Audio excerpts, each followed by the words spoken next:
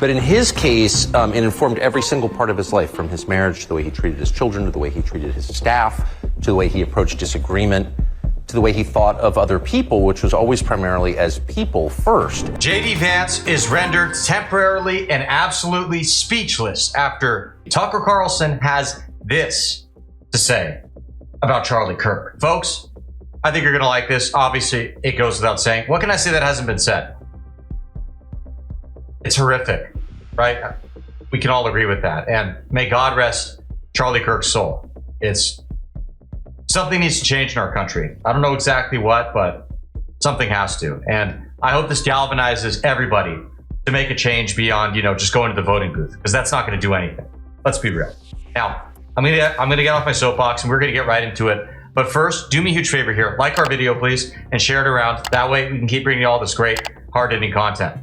As always, Patriots, I'm your host, Arian, and this is Resist the Mainstream. So I want to talk a little bit about that. Before I get there, just tell me about your buddy, Charlie Kirk. What was he like? What did people who only know him from radio or TV not appreciate about what a good guy he was? That his Christianity was sincere, and his commitment to Jesus was totally sincere. And it, sometimes isn't, especially in public figures who throw out Bible verses they don't understand and stuff like that. But in his case, Ted Cruz, not speaking to him in particular, but in his case, it informed every single part of his life, from his marriage to the way he treated his children, to the way he treated his staff, to the way he approached disagreement, to the way he thought of other people, which was always primarily as people first. And that was, he was much younger than I am, and I met him when he was a teenager, so he's literally the age of one of my children. So it was kind of hard to take him seriously at first. And over the years that I knew him, more than 10 years,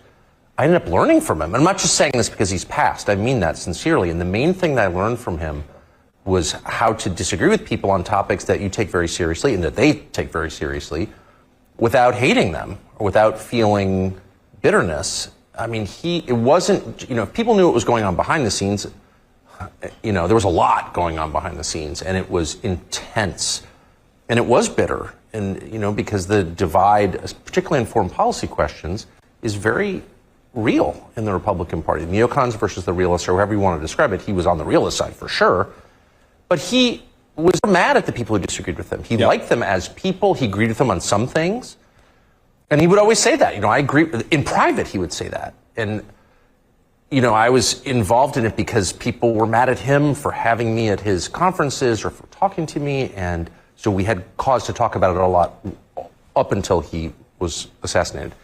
And I was so struck the whole time. I would say, all true. One big thing I've respected about Charlie Kirk for such a long time is that he was a big advocate for getting America out of the endless wars for quite a long time, and arguably was one of the most instrumental people in helping spread that mentality to the masses of people who, whether you want to call them conservatives, people who vote for Trump voters, GOP voters, whatever it might be, all of the above. And that's a great thing, okay, because the Iraq War was a disaster. Afghanistan was a disaster. And honestly, it's kind of hard to admit that unless you're either A, intellectually dishonest, or B, just stubborn and stuck to your ways. So many Americans lost their lives so tragically and so horrifically, or were greatly affected when they got back if they were lucky enough to not lose their lives, but still obviously suffered. And for what? It's absolutely terrible. And Charlie was so against that for a long, long time. And you know what? God bless him for that. I want to pull up a classic Charlie Kirk tweet over here. Check this out.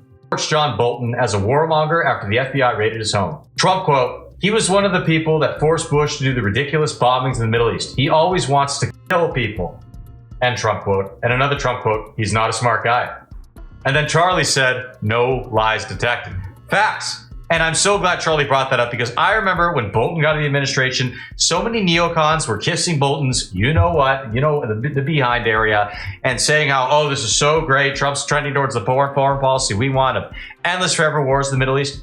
And Kirk didn't have it. He was against that. And yeah, I like that. I think that's really good.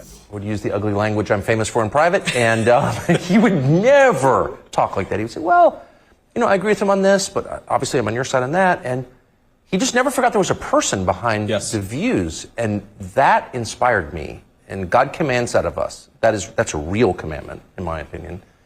And he lived it. That's exactly right, Tucker. He treated everybody with respect, and because he genuinely loved people and he genuinely wanted their salvation, he wanted them to have a relationship with God, he wanted them to know the truth, he always treated them with respect, maybe especially when he disagreed with them. It reminds me of a video I saw with Charlie speaking with a lady who, she appears to be leftist. She's kind of got that buzzed liberal haircut, colored hair, you know, the works. And she says to Charlie, hey, you always say people should strive for parenthood and whatnot, but I don't think I'm fit to be a mother. A kid would suffer under me, in fact. I shouldn't even have the kid. I shouldn't even have one. I was just homeless. You know, I suffer from mental illness. I barely got off the streets. You know, now I'm in my own home and have a job, but I'm still totally mentally messed up. And Charlie's response to her was essentially, hey, give yourself some credit. You were homeless, now you're not. You were jobless, now you're not. You've obviously improved. God does amazing things. He's already started to do amazing things in you, and he will continue to do so. That's basically what Charlie said. It's not an exact quote, but pretty close. It's remarkable. And then that same lady actually commented on a video of herself that was posted speaking about the interaction with Charlie after his tragic death. And she said, basically wished him the best, said she loved him. He was a great person for her. They'd met numerous times. He helped her. He helped bring her closer to Christ. I mean, that's amazing. Charlie didn't go around bragging about that. I don't think anyone even knew about that. I mean, at least not publicly. You know, maybe some private people did. I don't know. But I don't think that was ever made public. He just did that out of the goodness of his heart. I went to her Instagram page. So sad. I mean, posts just about how sad it is Charlie's gone. She loved him. She missed him. So many people are so badly hurt by Charlie's life. You know, it goes far beyond his family. But his family, the poor things, I mean, they're probably suffering most of all. So please pray for them. It's a tragic loss. It really is. Let's see a bit more of what JD Vance has to say about Charlie. That's true about foreign policy. Like, I remember Charlie calling me and saying, I'm really worried. And this was back in the summer when the Iran strikes were sort of first being contemplated. He said, I'm really worried this is going to become another regime change war in the Middle East that we get trapped in. And I said, Charlie, first of all, like, have some faith here. The President of the United States is not a believer in perpetual war. He knows the mistakes of Iraq and Afghanistan. He doesn't want to repeat them. But Charlie was very clear that he could support Israel. And by the way, he did eventually support the strikes on the nuclear facility while simultaneously saying, no more. This can't become a bigger thing. This can't become a broader thing. And again, I think he modeled a really good way of applying pressure, of disagreeing when you do disagree, but also recognizing that so long as you're operating in good faith, we're all part of the team. And that's something I'm going to try to take from Charlie's legacy, is not that we're always right, not that we can't take criticism, but that we all should try to work together. It did worry me, because I think your description is perfect. He was one of the very few who took that message and stood by it. I mean, right to the very end. This cannot get bigger. We don't want another regime change war. But man, some of the people who send money to Turning Point, his donors, were very tough on him. So tough on him that I could feel it. You know, I talked to him a lot in the last few months, and he was under enormous pressure. He never bent. He never became bitter. He kept his integrity to the very end. To the very end. And I just think it's important to say that, because it's true. Absolutely.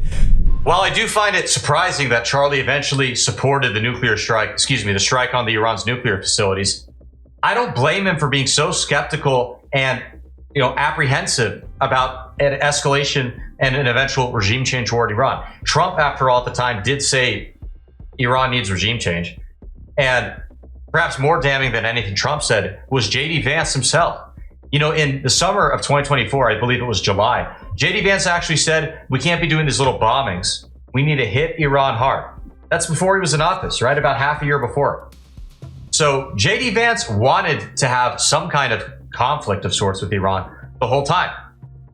Whether that's an all-out war or not, I don't know. I'm not going to speculate that or pretend I know, but I do know for a fact that he was yearning to bomb them. So I can actually understand Charlie Kirk's fear. So all I'm going to say is it's a little slick of JD Vance to say, well, Charlie, Trump doesn't want that. Don't fear. Yeah, but maybe you do, JD.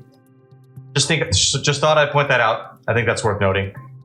And more importantly than that, Charlie Kirk, God bless you, and may God rest your soul. You are sorely missed. With all that being said, everybody, thank you for tuning in. As always, make sure you comment below in the video. Let us know your thoughts. If you want to say something nice to Charlie, it's obviously appreciated. And if you haven't already, please hit that subscribe button down below. And that way we will see you again soon. God bless.